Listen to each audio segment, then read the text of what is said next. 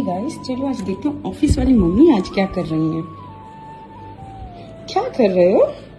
હું ગુજરાતી ન્યૂઝપેપર ભણી રહી છું। કેમ? ગુજરાતી શીખવા માટે।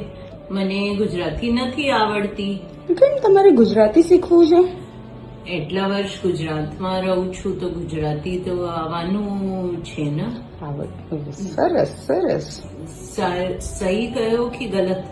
નહીં, થોડું ખોટું થઈ ગયું। એમાં આપણે એવું કહેવાય, કરેક્ટ કરો ને મને। એમાં આપણે એવું કહેવાય કે હું ગુજરાતમાં રહું છું તો મારે ગુજરાતી આવડવી જોઈએ ને। હું ગુજરાતમાં રહું છું તો મને ગુજરાતી આવડવી જોઈએ। તો એની માટે તમે શું કરો છો?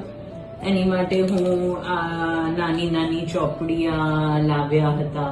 આ રીતે હું આ ચોપડીયા પડી અને મારી નિધિ સાથે હું શીખું છું અને હું નિશ્ચય કર્યો કે આ મે મંથમાં હું ગુજરાતી શીખી લીધું।